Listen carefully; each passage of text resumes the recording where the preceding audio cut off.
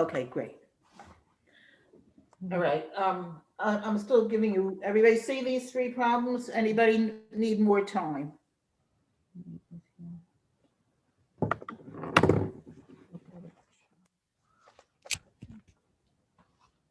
Anybody want any more time?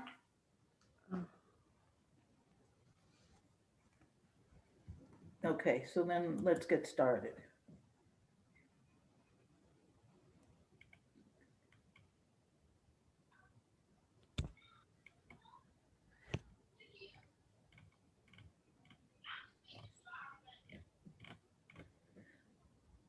I do notice some people who are here that did not take the test. Make sure you get, um, make sure you get the test done or reset if you try doing it and you can't get on. All right, let's look, I see, let's do this in stages. Okay, let's do number one. If you have, and then I'll give you a couple of minutes to finish number two, and then we'll do number three. If you notice, number one is a quadratic equation. The fact that it has an x squared in it tells us that this is a quadratic equation. And as a result, we must get it equal to 0. So I'm going to leave the 6x squared over here. Remember, I always leave it where it's positive.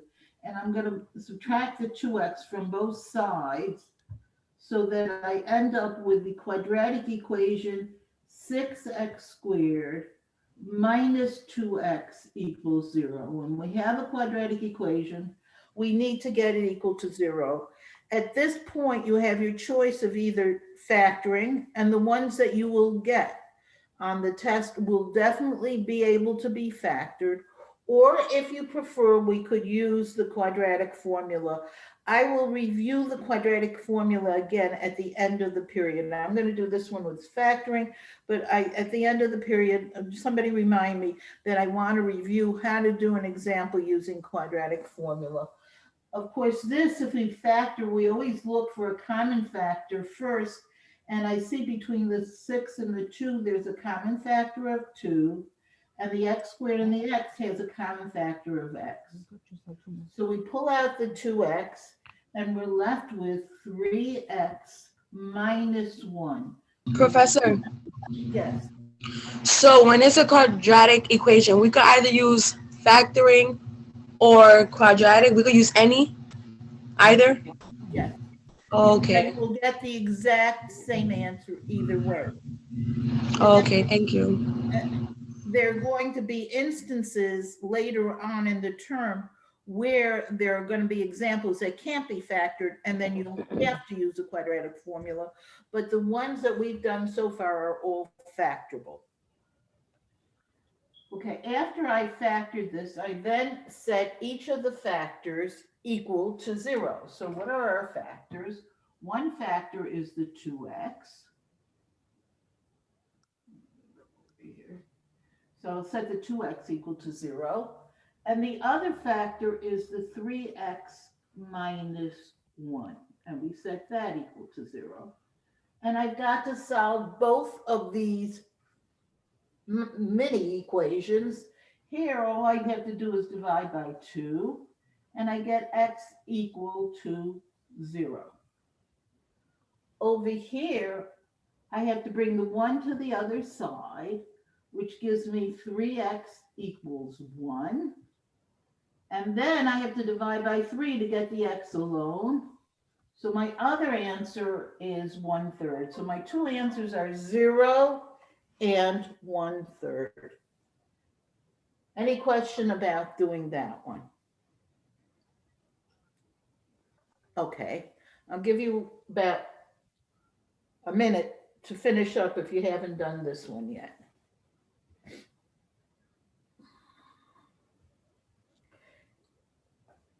Let me ask you a question. Is it better like this, or if I'm going to turn on my light and see, is this better?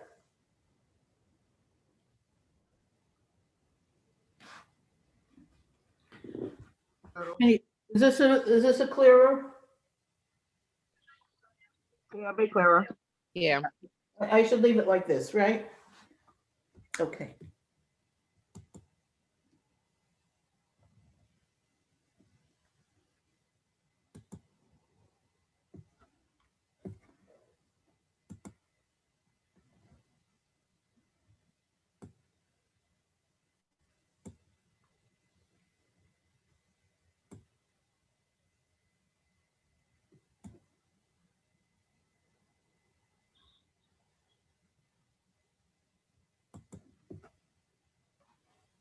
Okay, I think we have enough time to do this.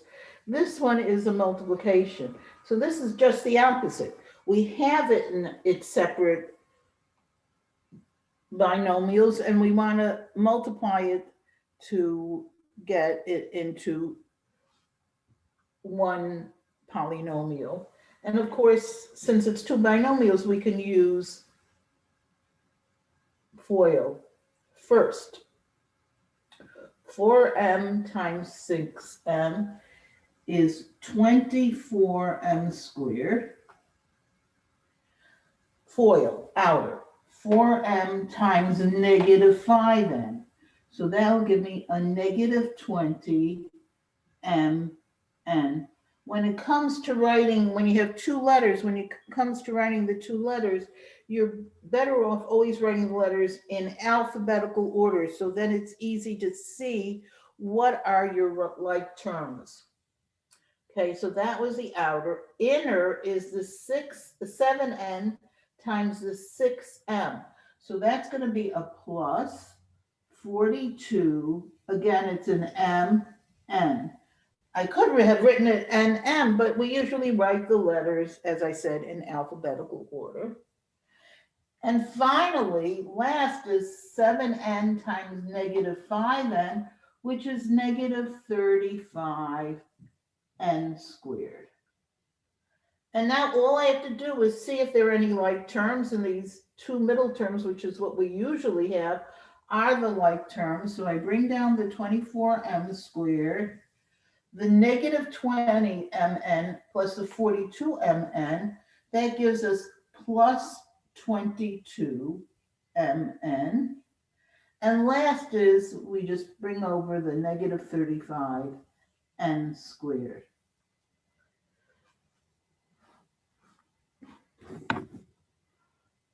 So that's the answer to this multiplication.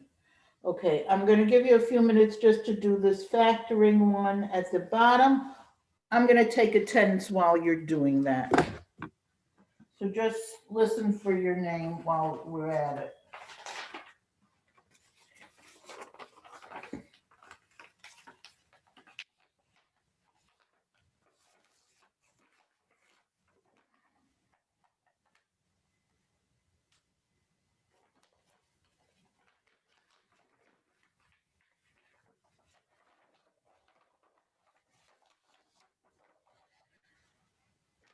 Zia, I know you're here because I saw you. Nashia, Yes. hi, good morning. Hi, good morning. Anna Belkis. Has anybody talked to Anna Belkis recently? Some people have been talking to her earlier. Emma? I Emma, am here. good morning, thank you. Good morning. Messiah. Messiah?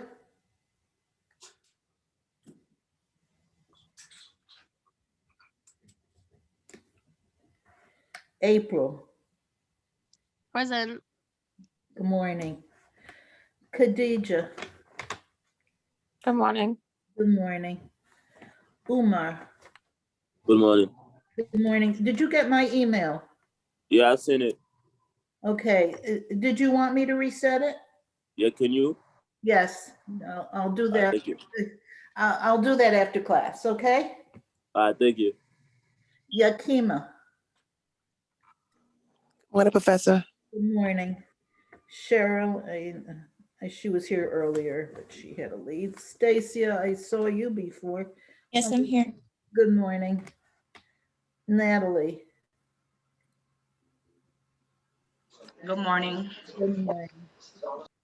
Erica?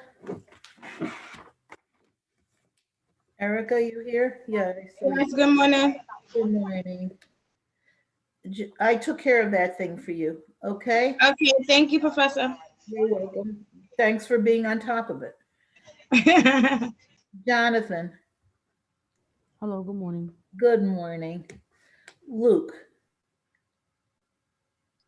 Luke, Luke, you're here? Yeah. Good morning. Layla, Yes, I'm here, Professor. good morning. Ashley, Hi. good morning. Kachira, Good morning. good morning. Nice to hear from you. Jennifer, Good morning. I'm here. good morning. Rachel. Rachel, good morning. Gloria.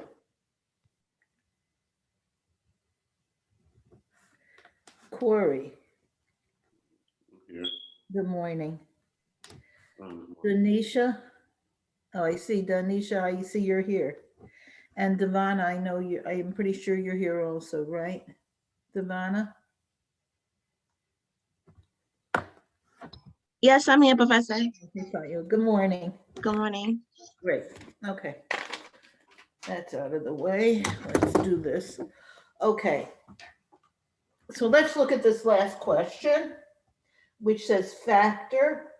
And anytime we have 4 terms that we have to factor, well, first we look to see if there's a common factor of everything, and there isn't. There's not one number or letter that goes into every single 4 of the terms. So then we try to do it by grouping. We look at the first 2 terms, xy plus 4x, and we see there's a common factor of x because they both have an x in it. And when I when I cancel out the x in the first term, I'm left with y. And when I cancel out the x in the second term, I'm left with the 4. In the second group, I have a common factor. Well, there's a 5 that goes into both 20 and 5, but since it starts with a negative, my common factor is -5. And -5 into -5y gives me y. And -5 into -20 gives me +4. And then we see that we have this common binomial factor of y plus 4. So I put that on the outside. And in the second parentheses, I put the x from over here and the -5 from over here. That's why you always have to put something in front of that second parentheses, even if it's just a +1, because you have to have something to put into that parentheses. So your final answer came out to be y plus 5 and x times x minus y plus 4 times x minus 5. Again, the order of the 2 parentheses doesn't make a difference. And I see somebody had sent me that. Kachira had sent me that, and so did Devana. Good, great. All right, so I think we're ready to get started on class. This is, as I said, review for the midterm. Again, if you have any questions that you'd like to bring up, the last, let's say, starting at, I hope to at about 11, but 11:05, I'm going to stop what I'm doing and go back to reviewing different problems for the midterm. Don't forget, the midterm is on Friday. Keep in mind that your midterm is on Friday. Okay. Excuse me, I'm sorry. For the midterm, Question? how much time are we gonna have to complete it? Is it an hour? I'm sorry. How much time are we gonna have to complete the midterm? It's 20 questions and you get 1 hour and 15 minutes. Okay, that's right. Thank you. Generally, that's how they work at the midterm is 20 multiple choice questions. You get 1 hour and 15 minutes. The final will be unless again, they change it, they could always change it on me. But the general thing is 30 questions in 2 hours, but you get 1 hour and 15 minutes. I may extend it and give you a little bit more than 1 hour and 15 minutes, But basically, when your time is up, the thing is going to automatically submit. So don't think you can start something, walk away from it, and then come back half an hour later, and you're still, first of all, if your computer turned off, it will have submitted your exam.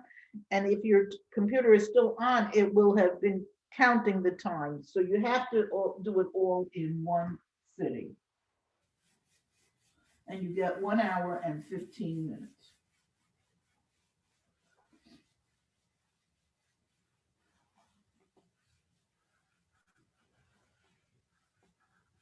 Okay. So just as a review of what we've done in chapter 5 so far.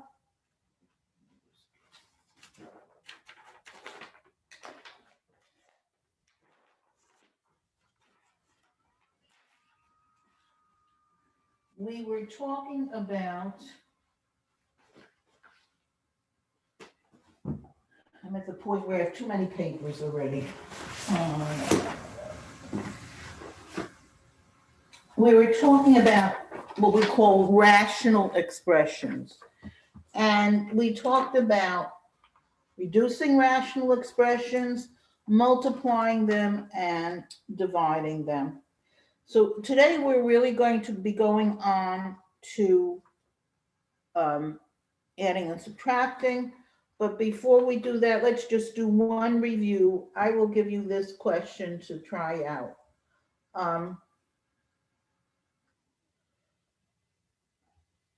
Let's see. Suppose I have x over x squared minus 25 divide by 5x over x plus 5. Okay, I'm going to give you a couple minutes to try this example and see if you remember what we did with multiplying and dividing of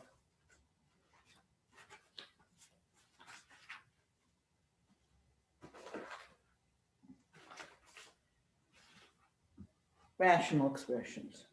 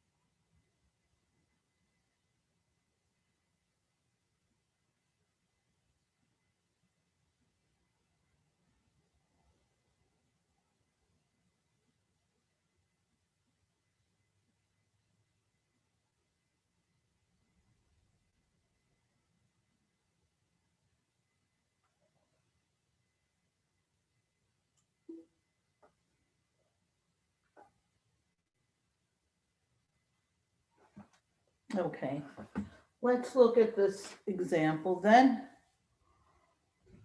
The first thing we want to do is to change this example, which is a division example, into a multiplication example by taking the reciprocal of the second fraction. So this stays x over x squared minus 25.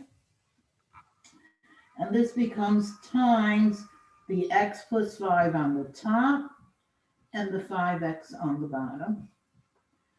And then we're going to try and simplify it by factoring whatever we can factor and canceling out anything that we could cancel out. And the only thing that really looks like it's factorable is this x squared minus 25, where x squared minus 25 is the difference of squares, so that you could factor it into x plus 5 and x minus 5. It becomes these, what we call the conjugate binomials. And right away, I see that I can cancel out the x plus 5 that's on the top with the x plus 5 that's on the bottom. Remember, you can cancel, and once you're multiplying, you can cancel any numerator with any denominator. Since this is always totally canceled out, we can put a 1 there. Now I look at this x. Now remember, when we have monomials, which what x is and 5x, those can also be canceled out as long as we cancel out the lower exponent. The coefficient here is 1, so 1 and 5, there's nothing to cancel. But the x here and the x here can be canceled out. This will become a 1, and this 5, dividing x, 5x by x will leave me a 5. So that my final answer is 1 times 1 in the numerator, which is 1, and 5 times x minus 5 in the denominator. You could leave it in its factored form like this, or you could write it as 1 over 5x minus 25. But don't forget that this x in the numerator and the x in the denominator can also be canceled out.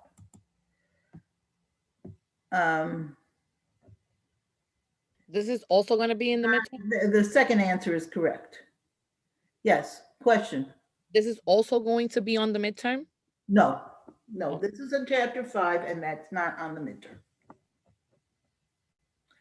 And I couldn't stop. We have to continue because otherwise will leave us too much after the midterm to do.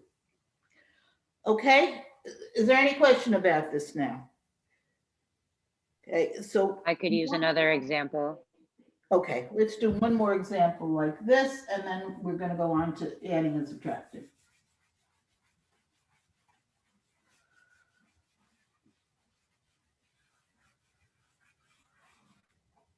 Okay, let me find one that would be good.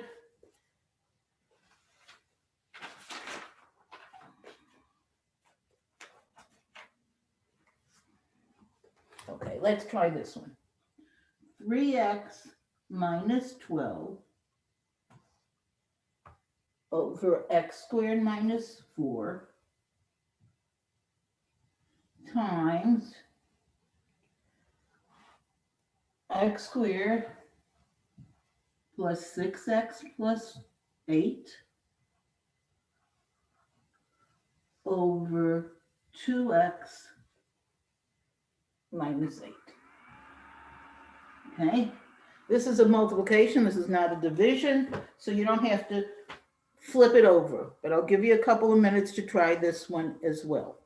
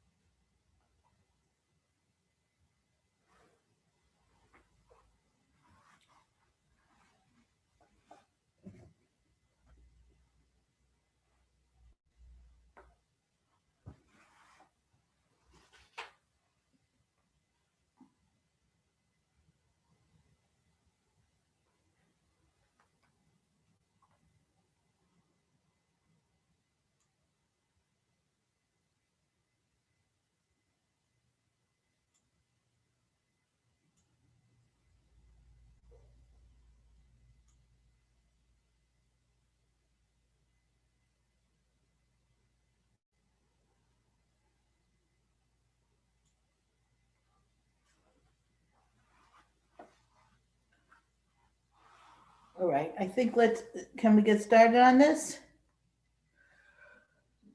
What's our first step going to be?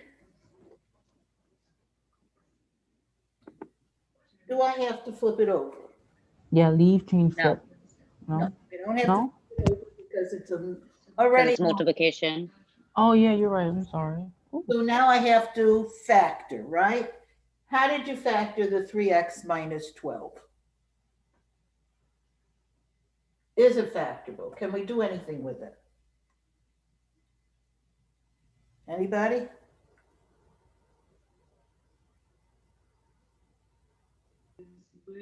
Yeah, Emma, do you have a suggestion? Honestly, I need to watch you explain it. I don't really get it yet. All right, so I'm gonna do it. I'll do it slowly. The first thing I always look for is a common factor. Is there anything that goes into all the terms? Well, I see over here that a 3 goes into 3. both of them. So I'm gonna put the 3 in the front, and that's gonna give me x, and 3 into negative 12 minus 4. That takes care of that. Then I go to the next. This is the big part. The harder part is to get all that factoring done. Well, when we have x squared minus 4, that is what we call the difference of squared. This is a perfect square, it's x times x. This is a perfect square, it's 2 times 2. So I can break it up into x plus 2 and x. Okay. Okay. These type of things you have to know. You have to know how to factor for the midterm. You don't have to do these exact problems, but you do have to factor. Okay, the next thing we have is a trinomial. And when we have trinomials, then we try to do the AC type factoring. We see our AC is 1 times 8, which is a positive 8. Mm-hmm. We're going to have to break that up into two numbers that multiply to 8, but when we add them, they're going to give me 6. Obviously, that's 4 and 2. 2 and yeah.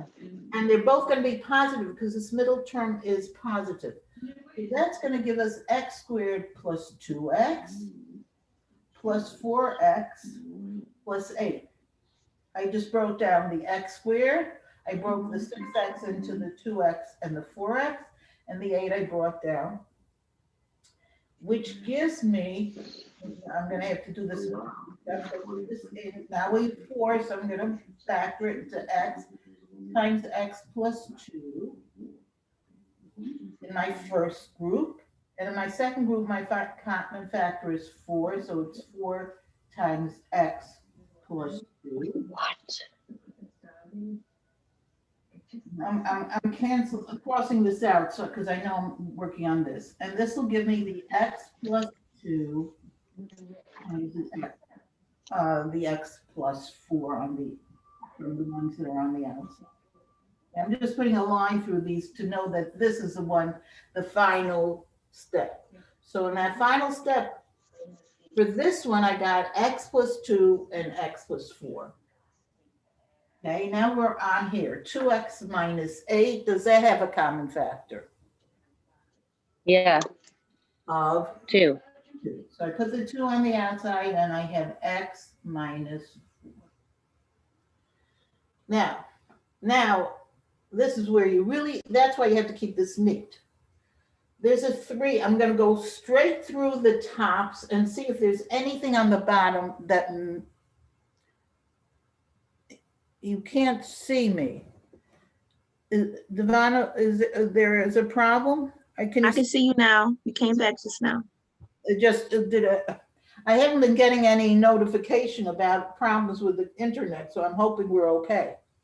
Okay, so we have this 3 here. I'm going to go through every single separate factor and see if there's anything in the top that matches with the bottom. Now there's a 3 here, but there's nothing that matches with a 3 on the bottom, so I skip it. Then there's x minus 4 on the top, and there's an x minus 4 on the bottom, so I can cancel those out. You see, once it's factored, this is easy to do. keep going. I have an x plus 2 over here. Is there anything in the bottom that matches that x plus 2? Yes, there is. Remember, with the binomials, they basically have to be the same. The only thing they can be is in different order. It could be 2 plus x, but it basically has to be the same binomial. And the last thing I see is an x plus 4. And there's nothing on the bottom that matches the x plus 4. Okay, I'm sorry, I'm gonna have to take their phone call. Let me just tell them I can't, nobody else is in the house right now.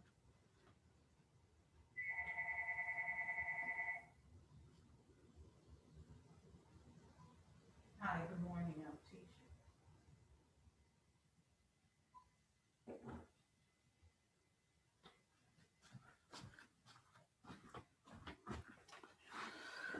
Okay, so what are we left with? I canceled everything out. Let's see this is where you really have to be neat because it's hard to see what's left. Well, there's a 3 left, so I'm going to put that down.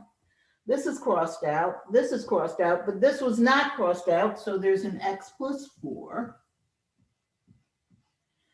And on the bottom, there's an x minus 2. And there is a 2. Now, usually the 2 I know is coming afterwards, but we usually put the monomials first. This is the correct answer. 3 times x plus 4 over 2 times x minus 2. You could have also written, you could have used a distributive property and written the top as 3x plus 12 and the bottom as 2x minus 4. That would have also been correct, but actually I prefer this answer where you don't have to do any more work. Is there any question about that now? Is that clearer? Emma, is that Yeah, it's more clear. I think I'm gonna have to do a couple more, like when we do homework and stuff. okay? Get As I said, there's going to be homework on these on Delta Math. Okay, so let's go to talking about, Don't erase it. yes, okay, I won't. I'll give you a minute.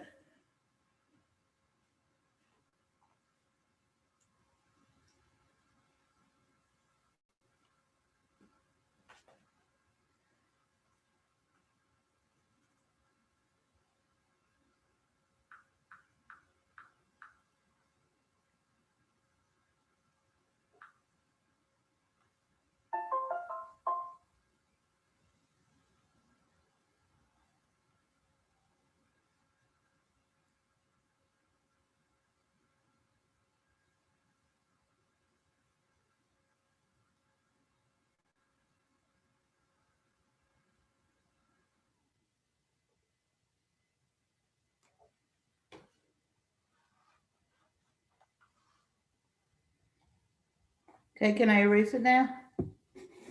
Yeah. Okay.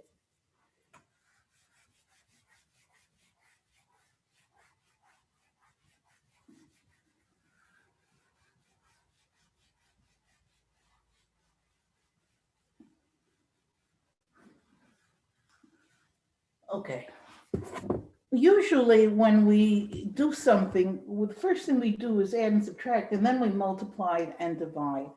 But the reason in fractions we do the multiplication and division first is because it really is simpler to do multiplication and division than it is to do addition and subtraction.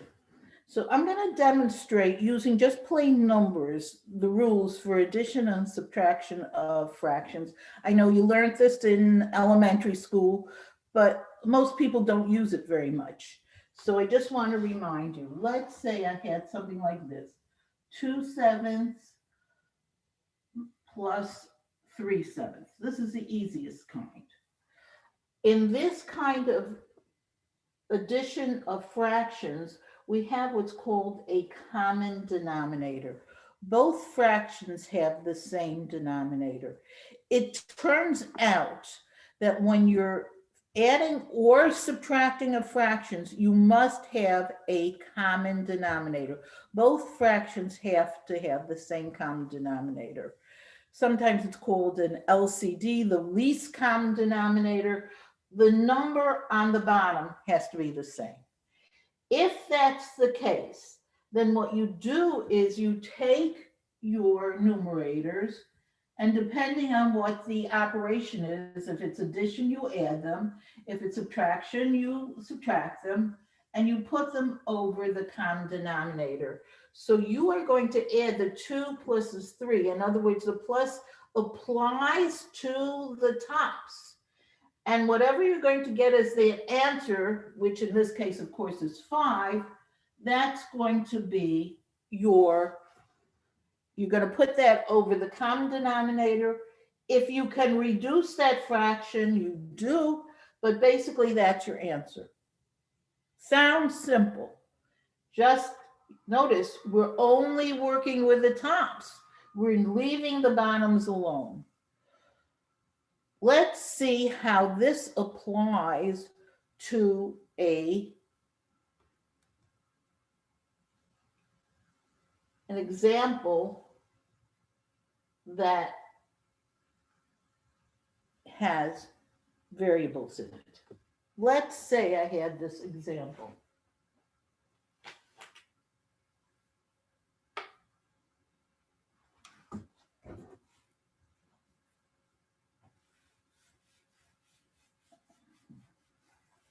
Suppose I gave you, we're going to get to that in a minute. First, we're dealing with the ones that have the same denominators. Then we'll go to the ones that don't.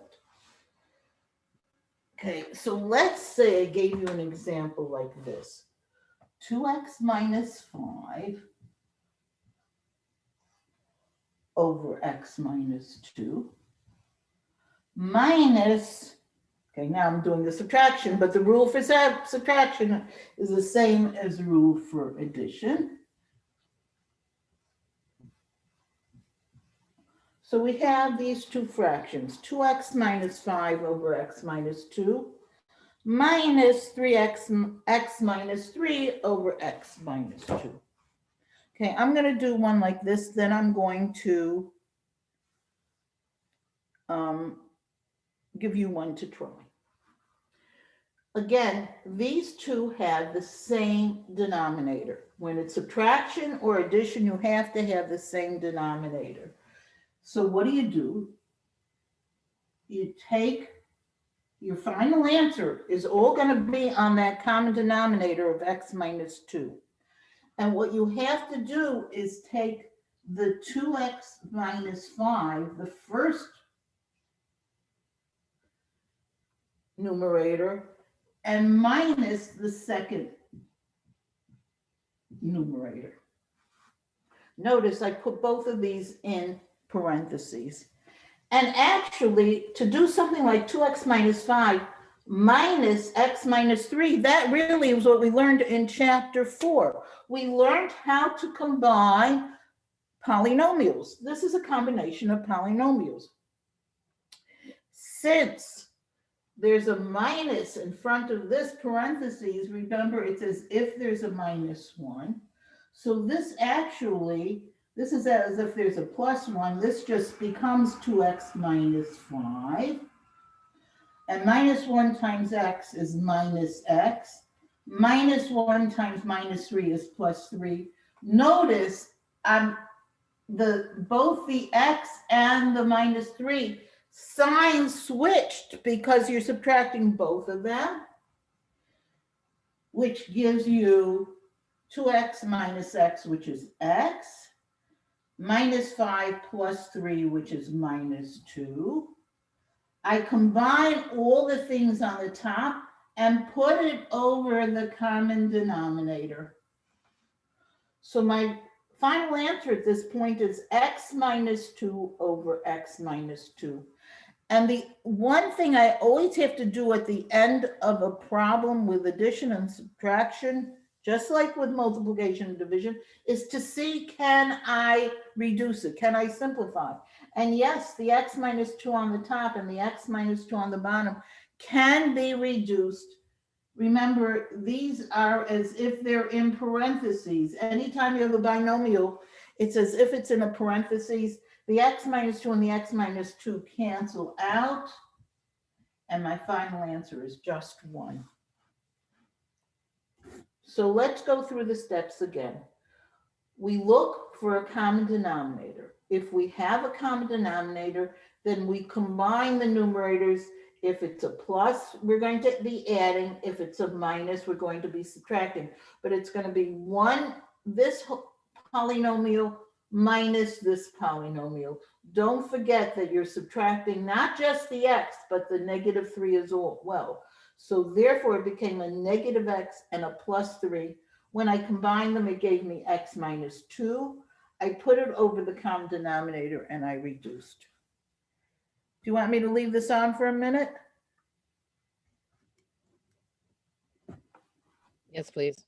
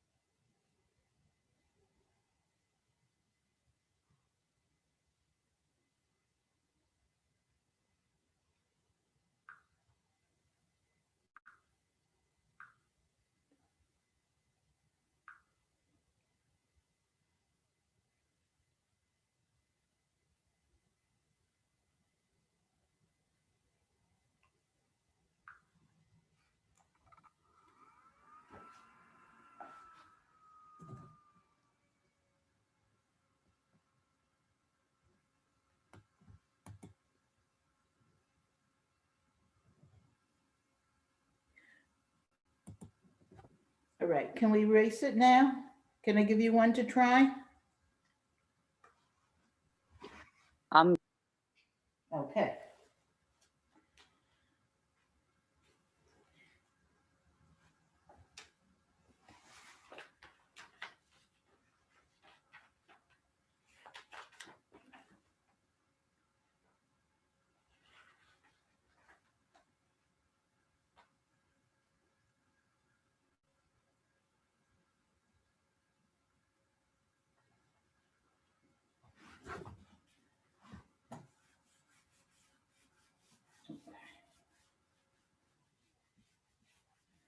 Okay, so we have 4 over y squared minus 16 minus y over y squared minus 16.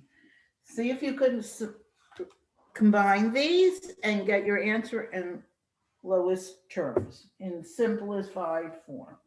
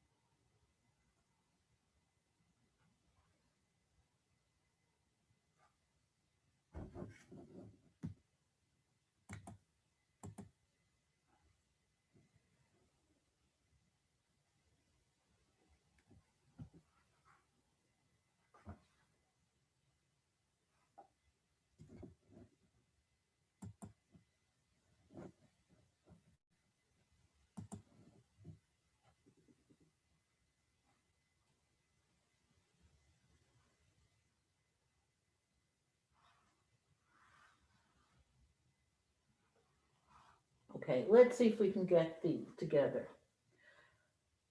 Actually, there's not too much to do. They do have the same common denominator, so we just have to subtract. We have to do 4 minus y. I don't even have to put parentheses because these are each just single terms over y squared minus 16.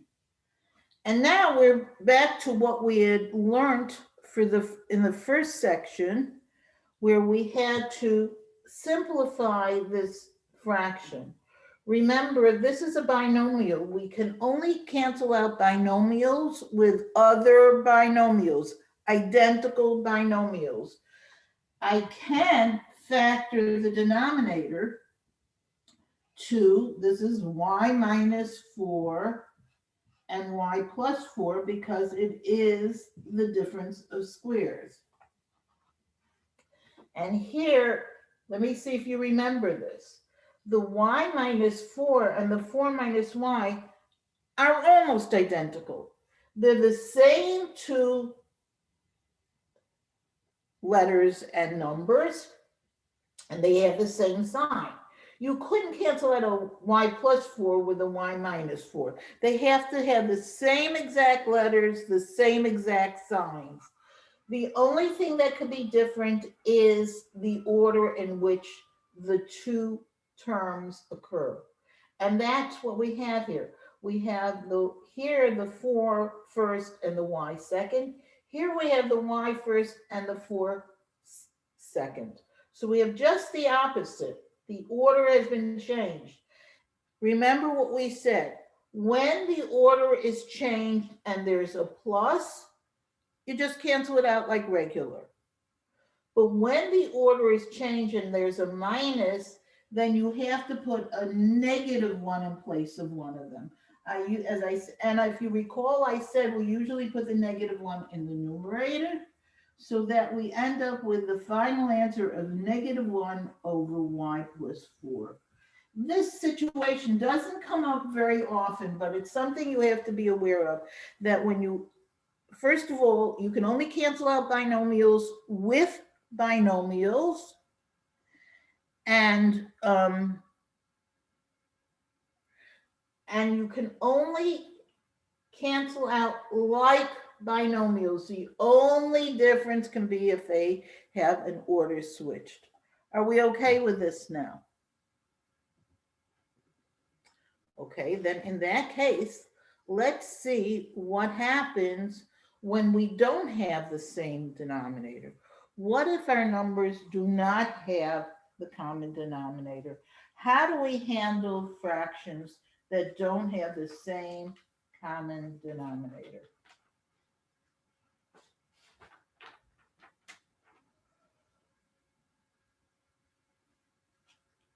So let's say I asked you to add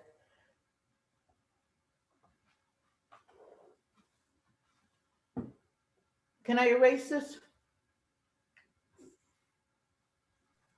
Yes. Okay. Hello? No? I feel like you froze.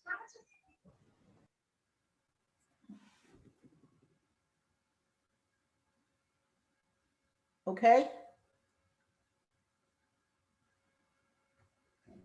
Anybody still need more time? Okay.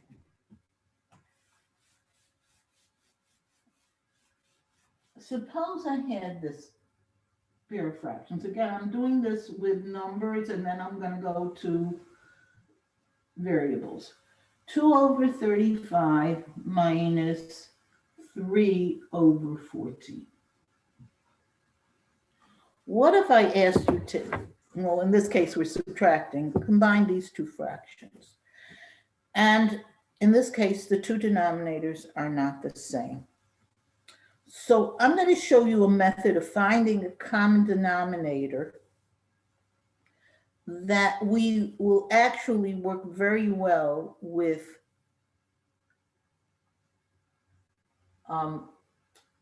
rational expressions.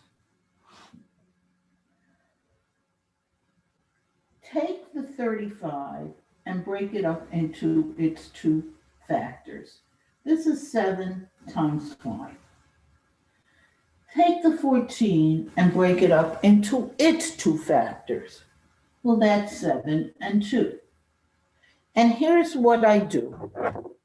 Usually take it with a different pen or a different color, but it doesn't matter. I'm going to circle all the different factors that I see, which means I start in my first fraction and I circle the 7 and the 5. The 7 and 5 are the factors of 35. I then go to my first fraction, I circle everything. In my second fraction, my factors are 7 and 2. Any factor that's already been circled does not have to be circled again. So the 7 was already circled. I don't need to circle it, but I never circled a 2, so I have to circle the 2.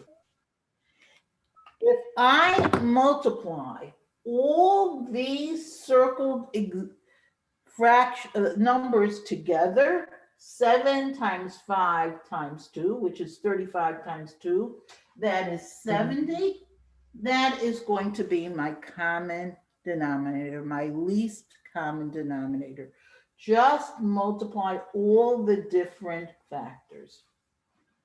Okay, once we've done that, we then have to rename the factors. How do we rename the factors?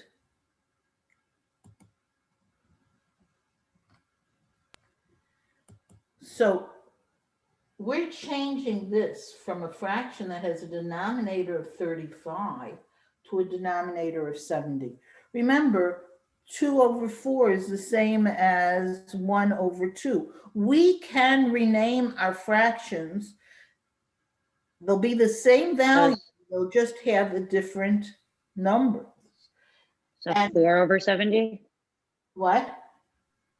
So would it be 4 over 70? What will it say it again? 4 over 70? Right. And the way we figure Because 35 times 2. we did the 35, divide the old denominator into the new denominator. 35 goes into 70 2 times. I'm just putting it over here just to keep me aware of it. Take that number and multiply the numerator by it. 2 times 2 is 4. In other words, I've changed the 2 over 35 to 4 over 70. Now I go to my second fraction and I do the same thing. I take the original denominator, which is 14, and divide it into the 70. 14 goes into 75 times. 5 times.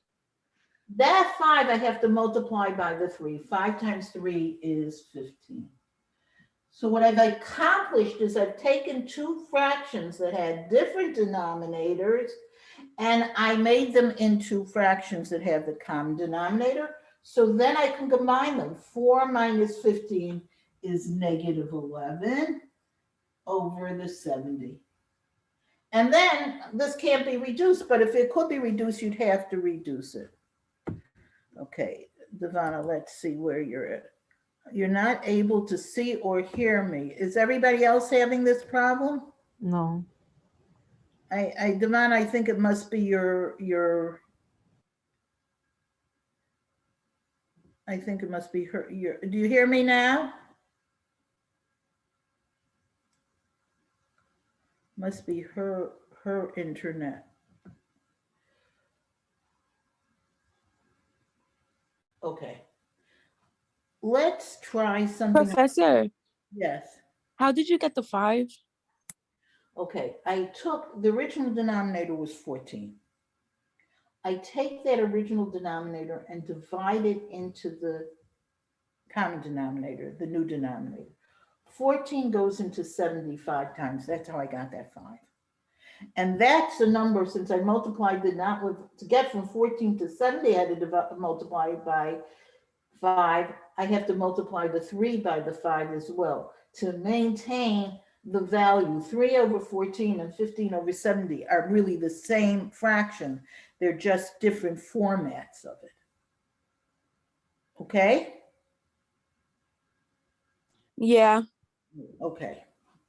Now I want to do one more problem like this. I'm not going to give you homework on this. This we're going to finish on. Okay. We're going to finish this topic on Thursday, but I want to do one problem before I go into review. Let's do one problem and see how it would work when we have variables involved as well.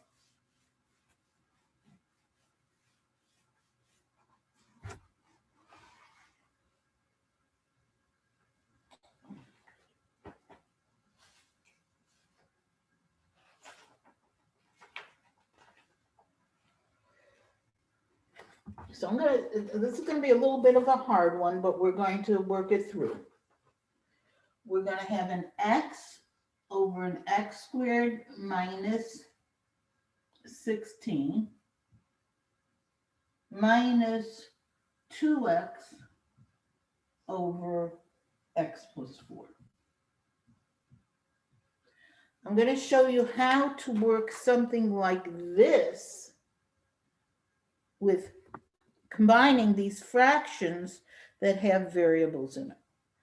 But they don't have a common denominator because one denominator is x squared minus 16 and the other denominator is x plus 4. So the first thing we want to do is find the common denominator, and we're going to do exactly what we did with that 35. We're going to factor it. We're going to break it down as much as we can. And this x squared minus 16, I think you remember, factors to x plus 4 and x minus 4. Now this x plus 4 doesn't factor at all. So now that we have our denominators totally factored, we can go to the process of finding the common denominator by going to my first denominator and circling all the factors. In this case, the factors happen to be binomials, but it doesn't matter. There's an x plus 4 and an x minus 4. I then go to the second fraction, and I already have an x plus 4 circled, so I don't have to circle it again. So therefore, what I've circled, the x plus 4 and the x minus 4 is going to be my LCD, my common denominator. So I am going to rewrite each of the fractions with a denominator of x plus 4 and x minus 4. Now, when we did with the 35, we made it into 70. We actually multiplied it out. But when we have the denominators, we don't have to multiply it out. We can just leave it in the denominators. The bottoms, we just leave in their factored form. It's the simpler way to handle it, and actually it probably works the best. But we now have to rename our fractions. So how do we rename the fractions? So we go, I compare my original denominator to my new denominator. Now, if you compare this, there is an x plus 4 here, there is an x minus 4. The original denominator was x plus 4 times x minus 4. The common denominator is x plus 4 times x minus 4. There's nothing been changed. I didn't multiply by the denominator by anything. So I just leave the numerator alone. I didn't change this, so I don't change here. But when I go to my second fraction and I compare, I have the x plus 4 that was there originally, but what's new here, what I didn't have before is this x minus 4. I have multiplied this x plus 4 by x minus 4. That's what I put on the side. The x minus 4, just like I put the 5 on the side. I divide this into this, the x plus 4 cancels out. It leaves me the x minus 4. That's what I have to multiply the 2x by.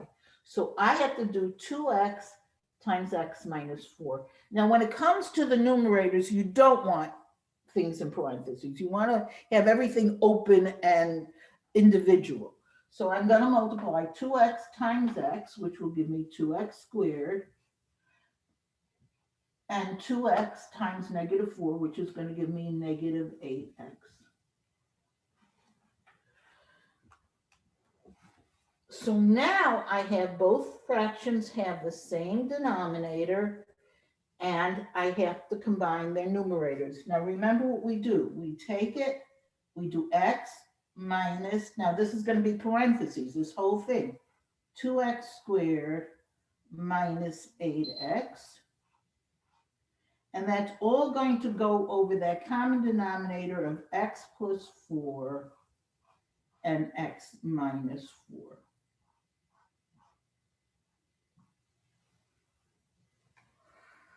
Now remember, it's as if there's a 1 in front of this parentheses. Remember, I'm subtracting this whole numerator. So that's going to give me x. Minus 1 times 2x squared is minus 2x squared. And -1 times -8x is plus 8x, which will give us, I'm going to combine it, -2x squared, and x and plus 8x is plus 9x. And I put that over the common denominator of x plus 4 and x minus 4. There's really nothing to do with this to reduce it. So this is your final answer.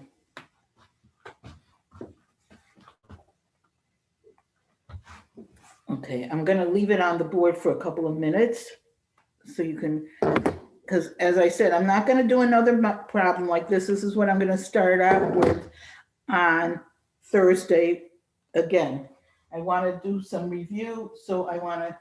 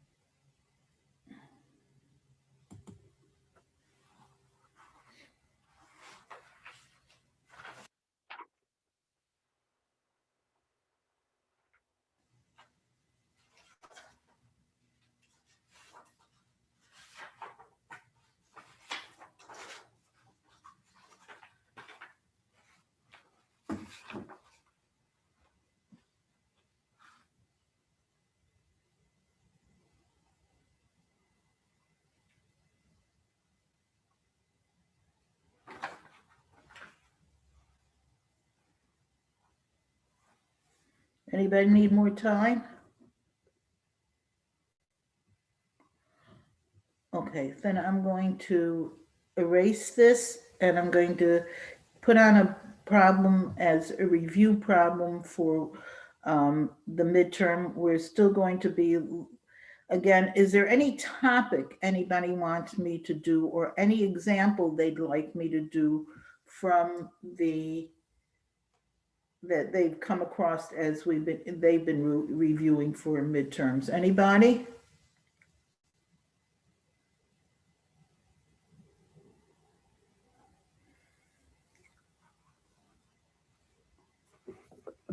Okay, so then I'm going to erase this and I'm going to put a problem on the board for you to try. And then we'll go over it.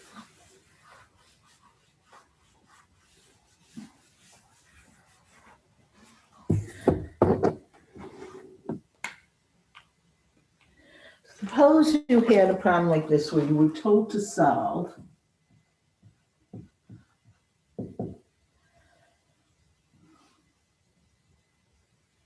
three minus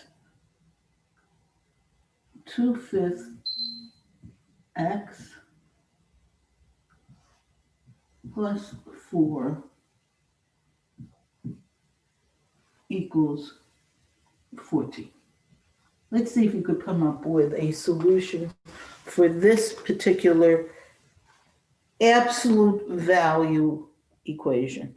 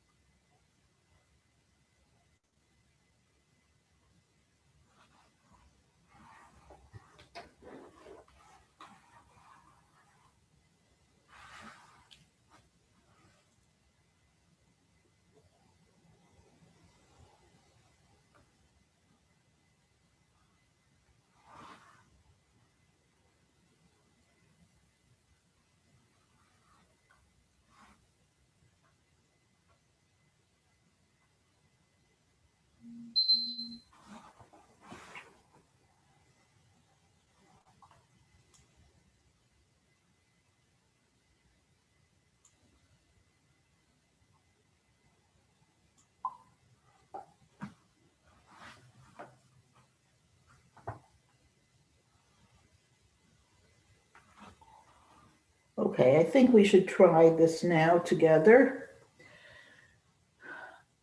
We know when we have an absolute value equation, that's what these two lines stand for. The first thing we have to do is to get the absolute value all by itself. We have to isolate the absolute value. So the first thing I'm going to do is subtract 4 from both sides, which will give me the absolute value of 3 minus 2/5x equals 14 minus 4, which is 10. And I pause right there because once I've got my absolute value by itself, I want to make sure that this number over here is a positive number. If this would have turned out to be -5 or -3 or -10, any negative number, then you would have stopped right there because the absolute value can never be negative. So this is, and if it can't be negative, then there's no solution. But if it's positive, then you have to go further and you have to write two separate equations. The first equation you write is 3 minus 2/5 x equals 10. In other words, just remove those absolute value signs. And the second equation you write is 3 minus 2/5 x equals -10. In other words, you write one with a positive number, one with a negative number. And we have to solve both of these. So again, the first thing I want to do is I want to get the x by itself. I'll subtract the 3 from both sides, which will give me -2/5 x equals 7. And if I want to get x, this is not the only way to do it, but if I want to get x, I have to divide by what's in front of the x, which is -2/5. So I'm basically dividing the 7 by -2/5. Now we know we just talked about dividing fractions. We're doing 7 divided by -2/5. And we know in fractions, what you do is you take the reciprocal. Now this I'm going to write as 7/1. So this will be 7/1 times -5/2. And when I multiply the numerator, 7 times -5 is -35. And 2 times 1 is 2. And you can leave your answer just like that because you can't reduce it. So one answer comes out to be -35/2. We do a similar thing with the other example. We again subtract the 3 from both sides.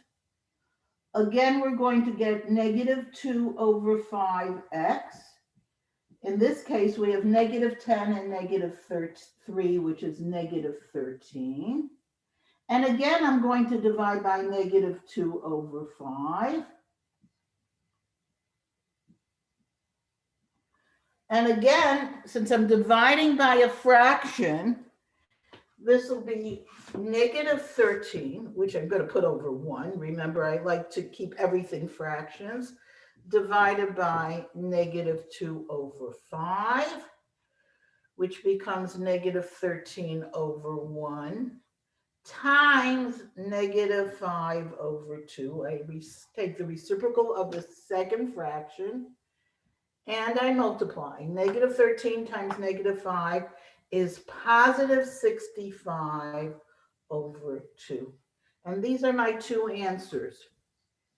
-35/2 and 65/2. This was a little bit of a harder problem because we had fractions involved. But the only step with the fractions was at the end. Remember, when you're dividing by a fraction, just take the reciprocal and multiply by it.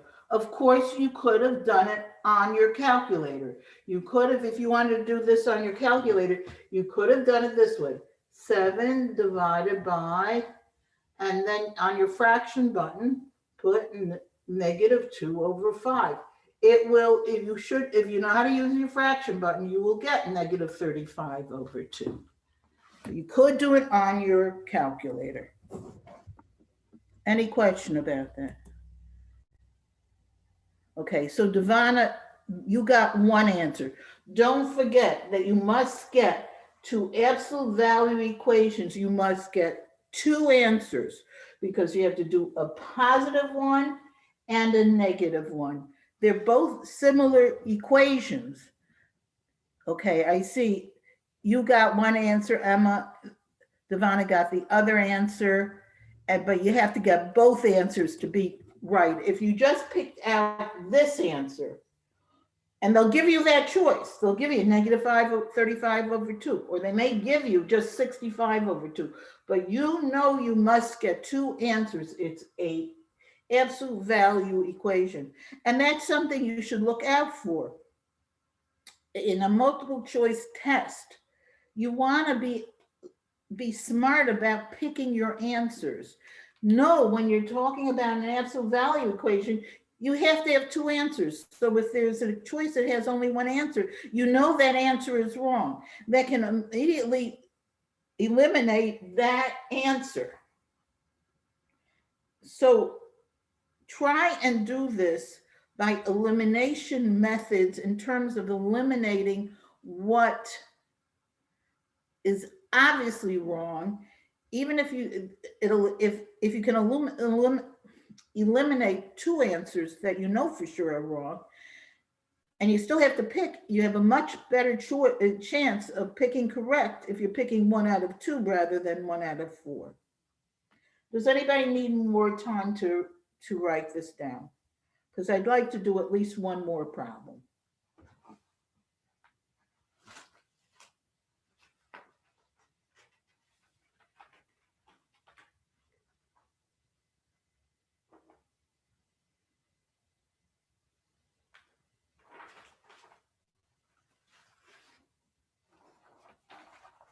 Okay, I'm going to erase this now, and we're going to do this one final problem, and then hopefully I'll leave you to Melissa to spend some time to review some more. Make sure if you have any questions that you bring them up on Thursday, or if you or email them to me, and I will bring them up on Thursday. I would love to have topics that I know you feel uncomfortable with and would like more work with. Okay, now I think a lot of people have these type of questions. What to do in writing an equation? So let's say I gave you 2 points, 8, 0, and 5, negative 2. And I asked you to write the equation of the line that passes through these 2 points. I'm going to give you a few minutes to try it on your own, and then we're going to do it together. That's a 880, right? Question? Yeah, Jonathan, that's the 80 or 50. One of the It's 8, 0, and 5, negative 2. okay, thanks.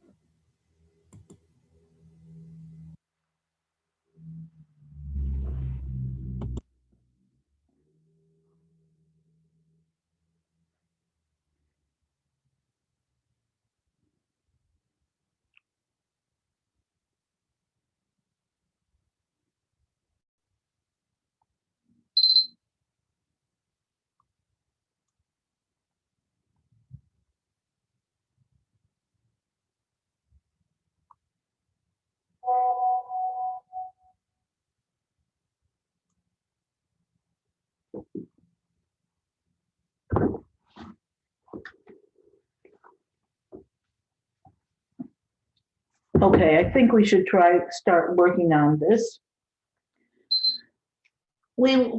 Whatever we want to do, we want to get our answers in y equals mx plus b form.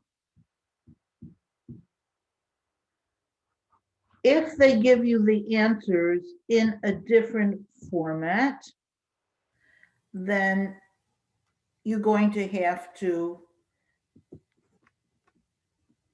take their answers and put it in the y equals mx plus b format so that you can compare your answers. And of course, we said whenever we want to write an equation of a line, we want to get the slope. And we know this formula for the slope is y2 minus y1 over x2 minus x1. So let's call this our x1, y1, and this our x2, y2, and stick in the numbers. Y2 is -2 minus 0. Be very careful with these. Over 5, that's x2, minus x1 minus 8. So on the top, I get -2, and on the bottom, I get 5 minus 8, which is -3, which of course, a negative becomes 2 over 3. Reduce your slope if it isn't in reduced form. So we know that our equation is going to be y equals 2/3 x plus b. Now, here's what I would do with this question. If this is a multiple choice, which it will be on your midterm, I first look for an equation whose slope has a 2/3. If only one of the answers has a slope of 2/3, I don't have to go any further. The other answers, if they don't have a m of 2/3, if the number in front of the x is not 2/3, if you have y equals 3/2 x or whatever, then you know that that answer, all the other answers are wrong. So this would have to be the right answer. Similarly, if they had told you about two lines being parallel and just look at the answers and pick out the one that has the same slope. In other words, try and save yourself time. You don't have to really complete it. I mean, obviously, I'm going to have to complete it because this is not multiple choice. But in a multiple choice test, make sure that you have the right slope. If all the answers have the same slope, then you have to go further. But if only one of the answers has the right slope, that has to be your answers. Don't bother doing any more work. But we have to go further. So we have to do y equals 2/3. Oh, wait, I wrote that already. We have y equals 2/3 x plus b. Now we have to take either one of these points and stick it in and see what the b is. Now I'm going to pick this point. That means I'll put an 8 for the x and I'll put a 0 for the y. Alternatively, I could have put the 5 for the x and the -2 for the y. I would get the same exact answer. So this becomes 0 equals, now I have to do 2/3 times 8, now which really means 8 over 1, which is 2 times 8, which is 16 over 3 plus b. And now I just bring the 16 over 3 to the other side. Again, it's fractions, but this is what my b is. So my equation comes out to be y equals 2/3 x minus 16 over 3. So here's my answer. Again, I could always check it, but you work it out, your b, by sticking in either point, and you'll see you'll get the right answer. All right, I think we're going to stop right here. Melissa, you're continuing, right? I can if they want me to. Yeah, I see you got that right. That was beautiful. Shira, you have to be very careful. what you have to be extremely careful about on these is being careful with your numbers. Get used to using your calculator as much as you can. I'm leaving now. Those of you who want to stay, let Melissa know. Have a great day. I will see you on Thursday. Please make sure to let me know if you need anything